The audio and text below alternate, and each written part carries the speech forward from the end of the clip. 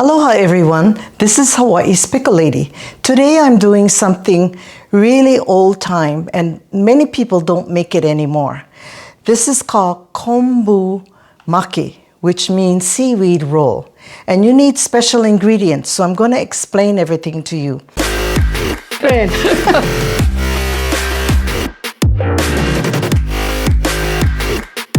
First of all, kombu is dried seaweed that I've gotten in a package like this, and it's dry and brittle. So what I did was I soaked it in some water, and it only took about half hour to soften. And the pieces are, some of them are very wide, so I want the pieces to be about 2 inches wide when I cut them. So now with a knife here, this one here is probably 4 inches, so I'm going to cut it in half, just with a sharp knife. Okay, and this one is maybe about 3 inches, so I'm going to cut off some of it. If it's too wide, it'll be unwieldy when you roll it. And this is a good recipe where a lot of people can help you.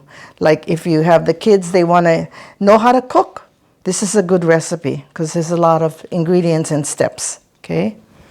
So I'll put this on the side. Now you also need something called kampyo. It's a Japanese gourd. Apparently in Japan they have these long gourds, and what they do is with the peeler they peel it, and so it looks like this. It comes in long strips. My goodness, it can come as long as 3 to 5 feet long. And fortunately I got these from Japan. You cannot get these over here. In Hawaii, there was a store that was closing, so I got a bunch of these. So I just kept it in the freezer, and it keeps for a long time. And you see how nice and white it is, soft and really good. So this is a type that they sell in the store.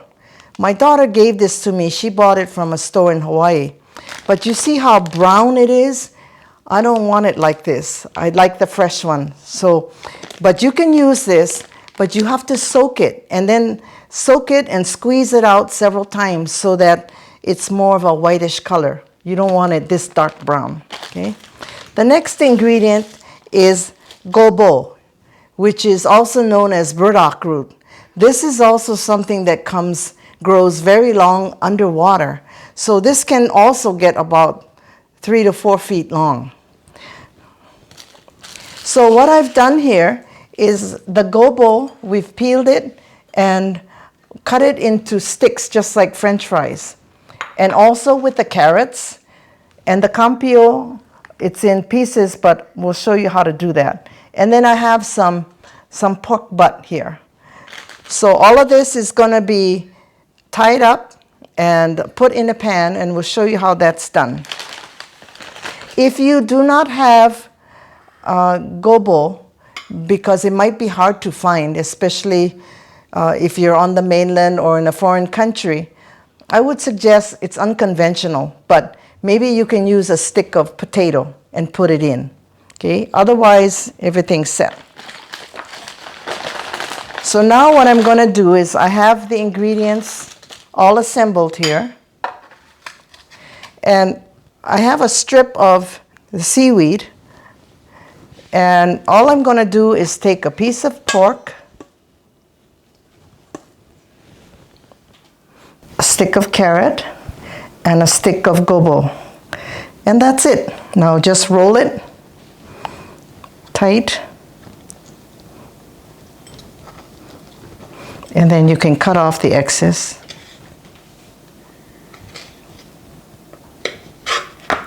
And then take a piece of kampyo.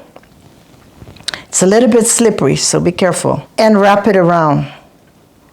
Now, if you don't have kampyo, you only have to substitute maybe some light string, because there is no other substitute for kampyo, unfortunately. So now I'm putting a piece of meat on the seaweed, and then a piece of carrot and gobo. Now, wrap it up as firm as you can. It's a little slippery, so be careful.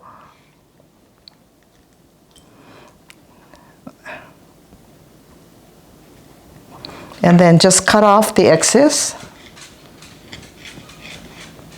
Now take a piece of kampyo and tie it into a square knot. If you can't find kampyo and the seaweed, you can check Amazon, and we put it on the link below. Now after it's tied, I like to put it in a shallow pot like this. The reason why is because if you just throw it in the pot and they're all laying down, what happens is that some of it might come out. So when you have it standing up tight against each other, it won't do that. Okay? Now this piece is too short, so I have to use it for something else.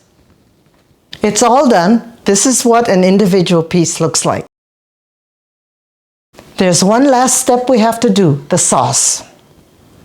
I have 2 cups of chicken broth, but you can use any kind of broth.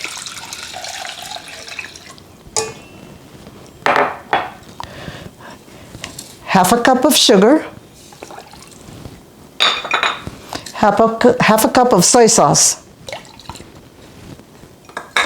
And a tablespoon of ginger, minced ginger. Mix it up. Pour it over your Kombu Maki. Pour it all over.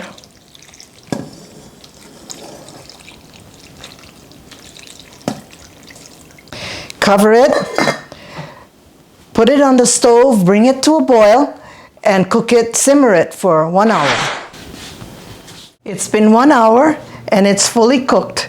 You can see I can poke it soft and it doesn't slip out. It stays together. If I can make it, you can make it. Very easy. So everyone, if you like this dish, don't forget to subscribe if you haven't, because it really helps my channel to grow. And don't forget to smash that like button. Mahalo everybody, and thank you for watching, and see you on the next video.